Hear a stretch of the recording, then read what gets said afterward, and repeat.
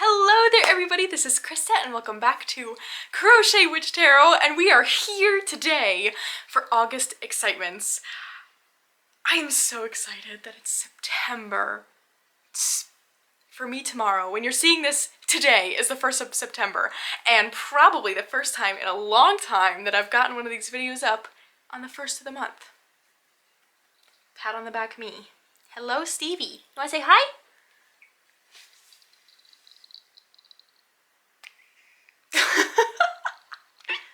Thank you for your wise words. You may go. Okay, I think we should get right into it.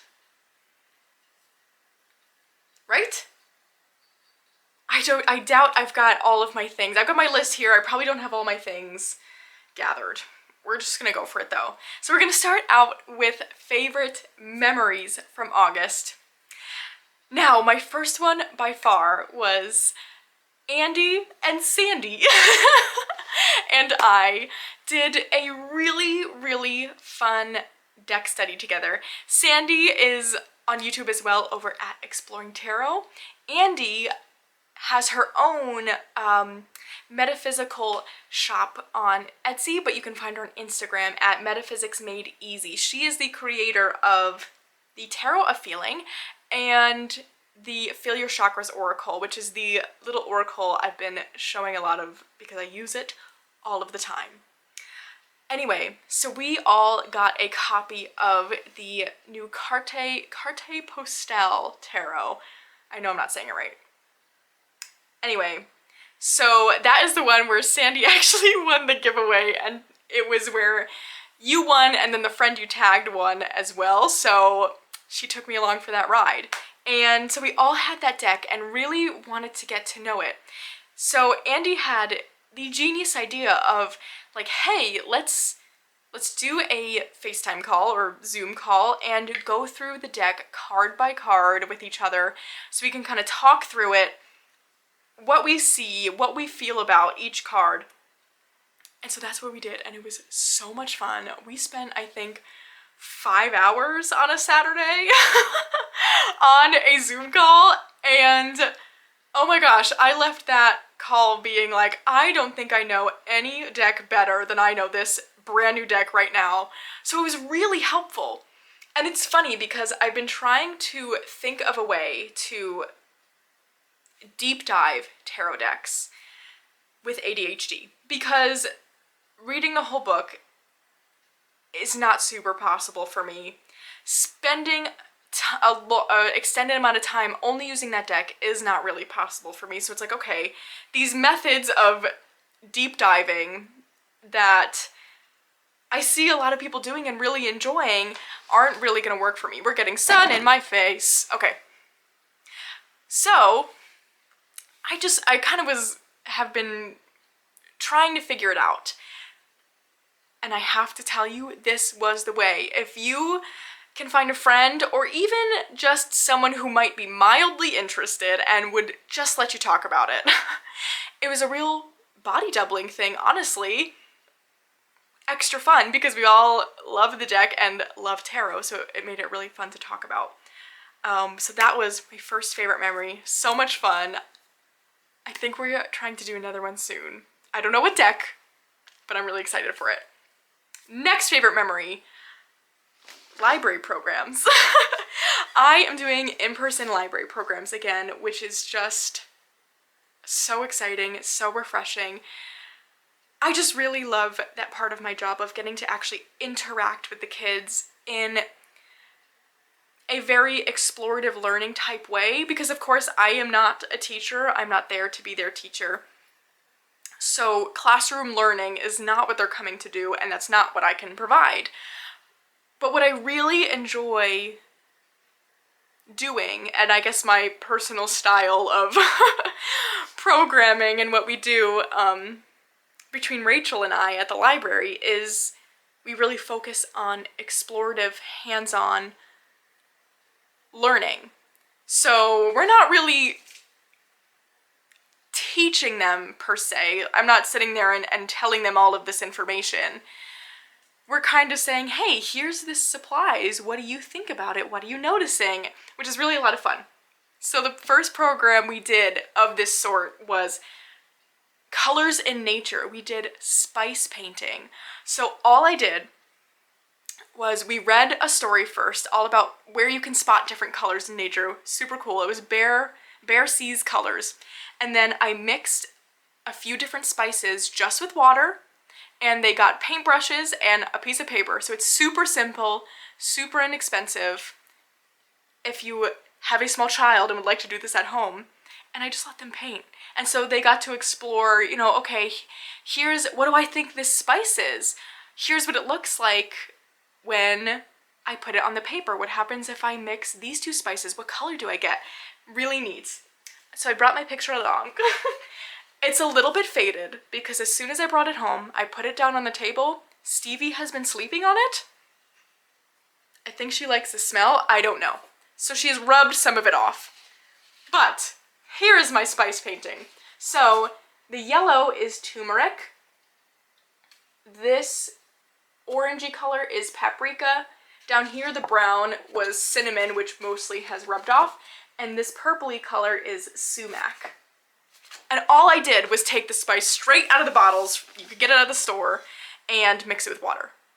And so we did it with the kids. They had so much fun. They started off by painting their pictures, then they kept wanting like another piece of paper, another piece of paper. They were playing tic-tac-toe. What's that called? Making mazes, the mazes, yeah. It was so much fun. And so I'm excited for that to be happening again. Now, my other favorite memory, it kind of spanded? Is that a word? That doesn't sound right. I don't know. The whole month is that I really feel like for the first time, my personal practice, a witchcraft practice of sorts, is really starting to take shape. Andy and I have been exploring the Herb Crafters deck together, and from there we have just really launched ourselves into herbal magic. We all know I love fairies. It has launched us so much deeper into a fairy practice and things of that sort. Animals. I also really am interested in animal energies. And it has just naturally also launched us into that. So it's this whole really connecting to nature, connecting to the earth, which makes sense for me, and always it has. It's just I haven't known how to put it into a practice, and it really feels like that's what we're simultaneously doing. It's been so much fun. So that leads me to another favorite, is that I have my arrow garden, and Andy has one as well. So what we are doing is growing herbs for magical use in our arrow garden. So we will grow them. If we want to use them fresh, we can use them fresh. Otherwise, we'll dry them, and we'll have these self-grown herbs to use in a magical practice, which just adds that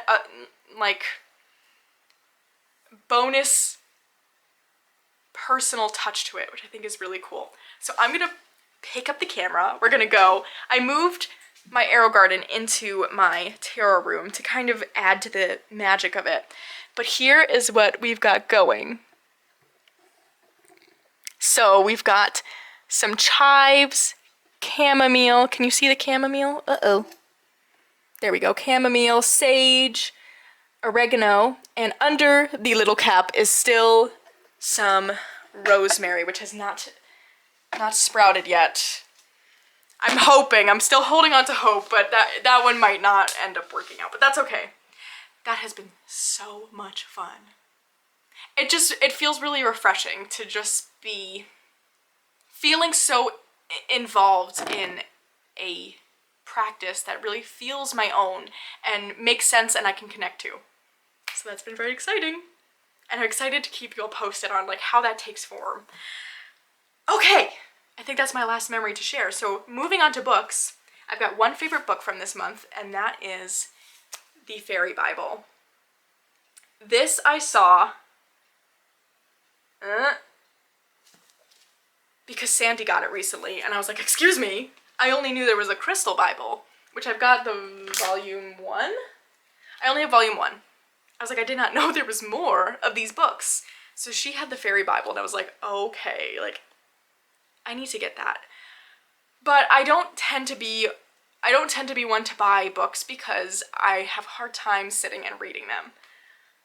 So I was kind of apprehensive about it. I'd never seen it before, and then I was in a metaphysical shop somewhat near me, towards the beginning of the month, maybe the end of July. Was this in my July excitements? Regardless, we've been using it again if it was. I don't remember when I went. Anyways. It was in store, so I was able to flip through it and see that you can sit and read it like a book, and I actually have been. I know. But it's also really, like the Crystal Bible, a reference book. And those are my favorite types of books to get because I will use them all of the time, especially knowing that it's like, okay, I just want to know this one thing. I can flip to it, read that, and then I'm done. You know, it just works better for me. So I've been using this all the time. It has been so much fun. And even again, to really like just read through has added so much magic for me. So I really couldn't recommend this one enough. My thrift excitement of the month is another cat sign. This one says, "Cats are just children with fur coats on." A whopping $2 at Savers. I didn't pick this one out either. This was a Paul find. My older sister and her fiance visited towards the beginning of the month, I think. We went to Savers because she was looking for something very specific for her upcoming wedding celebration. And Paul found this and said, we should get this. And I was like, yeah, you didn't even have to ask me. Absolutely. So that is my thrift favorite of the month. Okay, I think we can get into decks now. I've got my crib behind me. I did not check, but I'm pretty sure it's all here. Nope, it's not. All right, we'll start with what's here. So my favorites that I have been using this past month. Let's start with the Green Witch, which I think makes all the sense. So I got this before our Herb Crafters exploration, and already I knew I connected to it in what felt just like a really special way. But now it's become very clear to me it's because this kind of practice that is portrayed in this deck, this kind of witchcraft practice, makes sense to me and is something I really can connect with. And then when we were getting into our exploration of the Herb Crafters and getting further into fairy work, it just confirmed, like, yes, like, this deck represents a magical practice for me, which is really cool and not something I feel like I've had before. So I've been really loving this deck, using it all the time. I am interested to use it in like a spell work way, but I've not explored that. I'm not one for much spell work in a classic sense, I suppose. Intention, for sure, throughout the day of just like things that I'm already doing, but sitting down and like creating a spell, like with candles and things like that, isn't really my jam. I do that with my cooking and things like that though, so I guess I can't say I don't. Besides the point. But that's what this deck feels like to me, is like magic in your everyday life, connecting with nature, adding intention into the foods you eat, what you're drinking. That's what this feels like to me, and that's what makes sense to me. So it's just been a really exciting deck to really bond with so quickly. As I always say, the backs. Enough said. And I love this bag I made for it. Because this yarn feels magical. The color of this yarn with all the colors, it just feels magical. So, really been enjoying this one. Next, we've got the Future Ancestors. Now, this is also combined with, I'm pretty sure, one of my favorite bags I've made this month, because this was the first zipper pouch that I ever made. I'm really excited about it. So this is my Future Ancestors Tarot. I put these 2 leaves on it because we have a lot of repeating leaves throughout this deck, and it's a zipper. Now I have to say I've not worked with this deck a ton yet, but I've had really powerful experiences with it when I have used it. It's one I never thought I would end up with because it's not colorful. There's a lot of white space, which is not usually my thing, but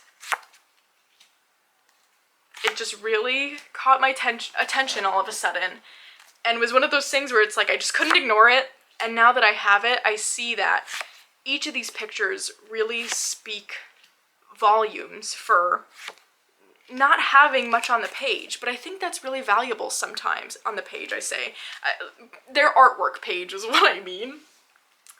What a weird way to say that. I think it's really valuable to kind of feel like you can have this clear mindset when you're reading these cards and not have so much to look at, where you know what you do need to look at is telling you something. Sometimes that's really refreshing and very different from many of the other decks I have. So this one has been really, really cool to start working with this month, and I'm very excited to keep working with it. The month of September will also be my first month being part of Dawn Michelle at Boho Tarot's Weavers, her membership, right? Weavers. I think it's Weavers. But she does her monthly medicine, and so I actually think this is the deck I will be using for the monthly medicine for September. So really excited about that. Next, we've got the Celtic Spirit Oracle. This one has just blown me away, and again is another one that just felt too white spacey for me, but it's like I was seeing it around everywhere, never hearing really a bad thing about it, and everyone who I knew had it didn't just like it, they loved it. And so it really felt like it was aligning with the practice I'm building, so I wanted to give it a try. And this deck has just blown me completely away. It pairs really well with the tarots I'm using, but this has really started to shift my practice. This deck feels like that's what did this, where it's not my tarot that is the focus of the reading, it's the oracle. That's what I feel like this deck has done for my practice, which has been really awesome. The messages are so strong and always really connect. And I love the view of working with nature that it has. So it's been really cool, again, to kind of have this new vantage point of like, okay, the tarot can be the support. And when I'm using this, it really is like this oracle is leading that reading. So I've really been, this is the best card. No argument there. I will not hear of other opinions. Because this is the best one. Look at her. Are you kidding me? So cute. I'm getting shadows across. My apologies. All right. Now, another favorite, which is very much a surprise for me, the Tarot of the Moon Garden. Now this, I guess, is a vintage copy, I suppose. It's a 1994 version. I don't know anything about that. This was a total trade. Someone, I don't even know what deck it was for, honestly, but someone like asked if I would trade for this, and it's one I've always just seen around and was curious about. And whatever deck I had, they were really wanting to try, so I was like, okay, you can have this deck you really want, and I'll try out this deck. That's always kind of been in my periphery. I didn't expect to like it though. But I have loved using this deck. I have used it a lot for anything related to the moon or related to the moon card. So things like digging into shadows or uncovering something. I don't know what I'm trying to say there. But this really feels like a nighttime deck to me, which is when I do that kind of work. Which makes sense. Tarot of the Moon Garden. Whoa! Alright. But this deck has been really, really powerful for me thus far. And I've really been enjoying it. It feels like a magical world, and I think to me it feels like a magical kind of fairy world. I know that's not necessarily what it's meant to be, but that's what it feels like to me. It really is such a cool deck. I don't know, again. If anybody knows if there's some kind of difference between this version and a version you can just kind of buy now, definitely let me know. Because I'm not convinced there is. I was watching walkthrough, because I can't let things go. I gotta know. I was like, well, the woman I traded with was saying like, oh, like this is considered a vintage edition. And I should have just asked, well, what's different? But I didn't think to. I can't let it go, I gotta know. But I don't think there's anything. But if you know more, let me know.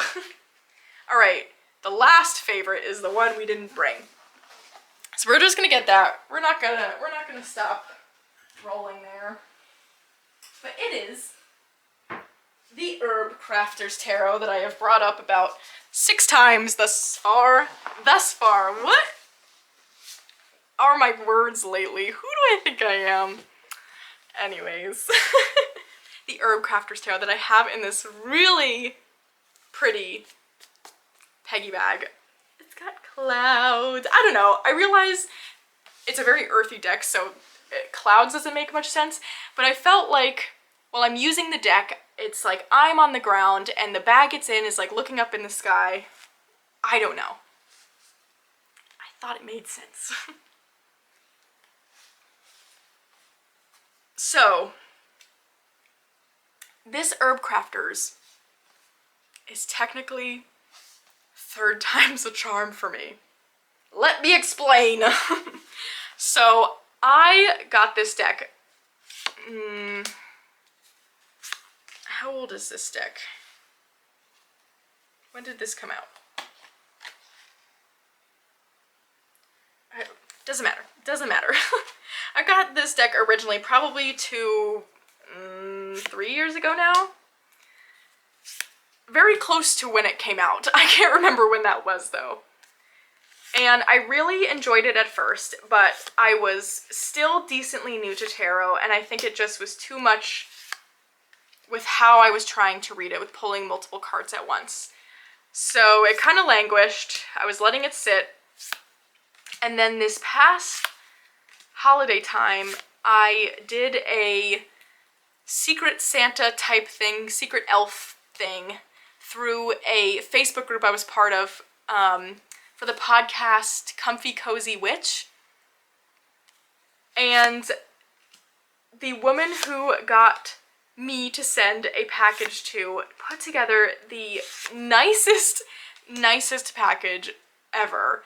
It had all these pretty candles in it and herbs and crystals, and you had to give a little description of yourself. So I said that I loved cooking and I really was interested in like green magic, hedge magic, and are those terms? I know like hedge witch, green witch, anyways. So she put this in saying, I really think you'd get a lot out of this deck. So that basically meant I now have 2 versions of this deck. So my original version I gifted to Rachel to try out. And I kept the very lovely gift that I received. but still it languished. I was using it a bit to do readings before I was cooking, and I liked the practice, but I just didn't really feel like I was connecting with the cards. So then I have another friend who really had this deck on her wish list for so long, really wanted it, and I just felt like she would really enjoy it, so I sent that deck to her because I was like, it's sitting here languishing and I know she would use it and love it. So I sent that deck to her, and I was right. She loves the deck, so no harm done there by any means. I would do it over, even knowing now that I went out at the beginning of this month and bought another copy. Convinced by Andy, because she was like, I really think if we went through this deck together, you would love it and I would love it even more, and she is so right. So what we've been doing is basically pulling a daily card from it, reading the message, and just reflecting on it and reflecting on how it looks in our day and how it shows up. And then beyond that, our arrow gardens are based around this deck, and so the herbs that we pull from this deck that you can grow in an arrow garden and we've connected with really well, we are now growing. And so it's created this whole practice around this deck, which has made this deck go from something I've tried multiple times, wrote off as not working for me, to a top 10 favorite kind of deck. So I think it's been a really funny journey with this deck, and again, I would not do anything different, because those who I have given a copy of this to absolutely love it. And now I get to love it too. So that's really another special thing. But I can't help but think always that woman who I don't even know, who sent this lovely gift saying, I just think you are going to love this deck, she turned out to be right. It was in a very roundabout way, but she turned out to be right. I think that's really cool. So that was my last favorite deck from this month. So, real quick, we are going to talk about the decks I am looking forward to working with. So these are newer to me. I've not gotten to work with much, but I'm so excited about. Do I have... Where did that other one go? Oh, it's up there. Okay, we'll grab that soon. First deck is the Fairy Temple Oracle. This deck is gorgeous. It's gorgeous, first of all. The backs. Come on. I love the artwork of this deck. The messages are really amazing. It's a really, really awesome fairy oracle, and it feels different from the others I have. And I think because I do so much work with fairies that I'm enjoying having multiple fairy decks, I guess. I don't know, this is just a really cool one, and I never would have thought this would be one for me, but I have been loving it, and it pairs so well with so many of my decks. It's just beautiful, and I cannot wait to get to know this one even more. Really special, and this one is a Blue Angel deck, and it's on the new cardstock. I think this might be some of my favorite mass market cardstock now, is the new Blue Angel cardstock. It's really something. What else do we have? I can't read my own handwriting. Oh, next is Taro Avatara. I was able to get it was secondhand. I thought it was used, but then it came in and it was still sealed. So I guess I technically got a new deck, but I bought it secondhand.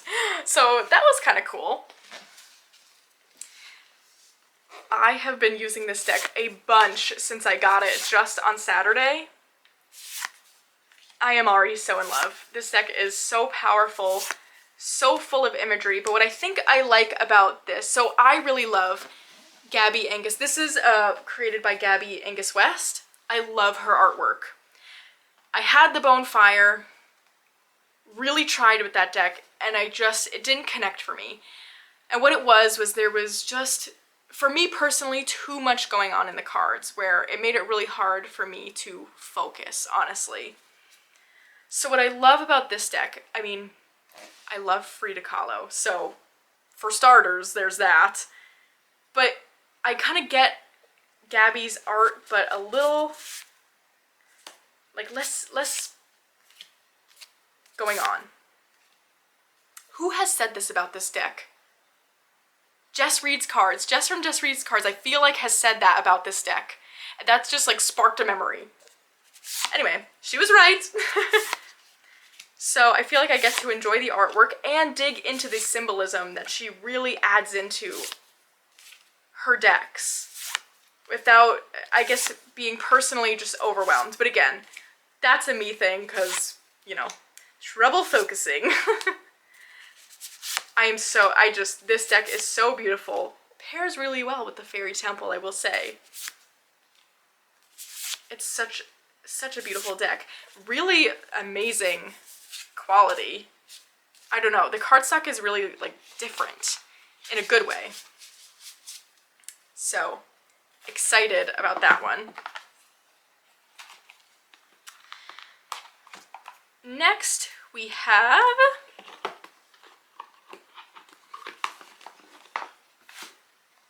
the Taro Fauna, which I did post a walkthrough of, but I haven't really gotten to use it much yet. But I'm really excited about it. I don't know that I have much more to say on it, because again, I've not gotten to use it much, but I love the animal choices in this deck. I love the artwork and the style. I've really been enjoying the guidebook from the little bit I have used it. And I love animal decks. I feel like that's all. I love animal decks. I was worried this would be a bit too much like Oak, Ash, and Thorn, but it is not. It has a totally different feel to me. And I'm actually interested to use them together now that I say that. But it's so cute.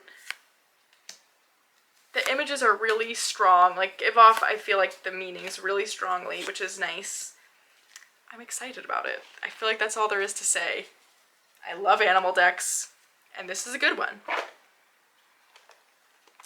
Last but not least, I am very excited to continue my work with the Southern Gothic Oracle, which also came in this past weekend, so, you know, I've not gotten to use it a bunch yet, but have been pulling it out a lot since I got it.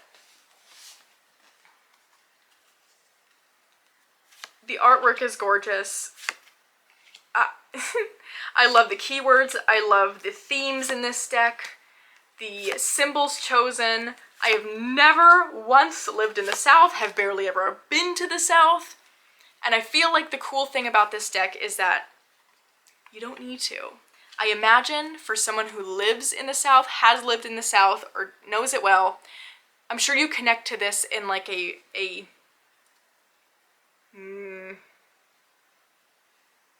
what's that term? Genus loci? Loci way? I don't know. Place of origin type way. But as someone who cannot connect to it that way, I don't find that I read this, or I use this deck and I'm like, gosh, this is so Southern. I don't know what they're talking about, you know? It's all things that I still recognize and can connect to in some way. That card came up the other day. Favorite card, obviously, and I was like, this is never gonna come up just because I love it so much. I got that, and I got the raccoon yesterday. Where's that guy? We gotta show him, because he is the best. Come on. Come on. Amazing. So I love this one. Really excited about it. It turned out the Haunts expansion that I had was the cardstock of an older edition of Southern Gothic. So that I am returning, and within a few weeks I heard from the creator that they will have in expansions with the new cardstock. So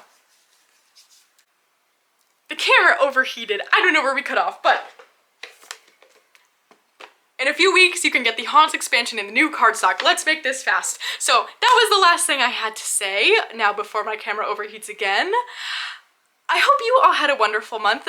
Tell me in the comments below what your excitements were. I would love to know. And I hope you're all having a great week.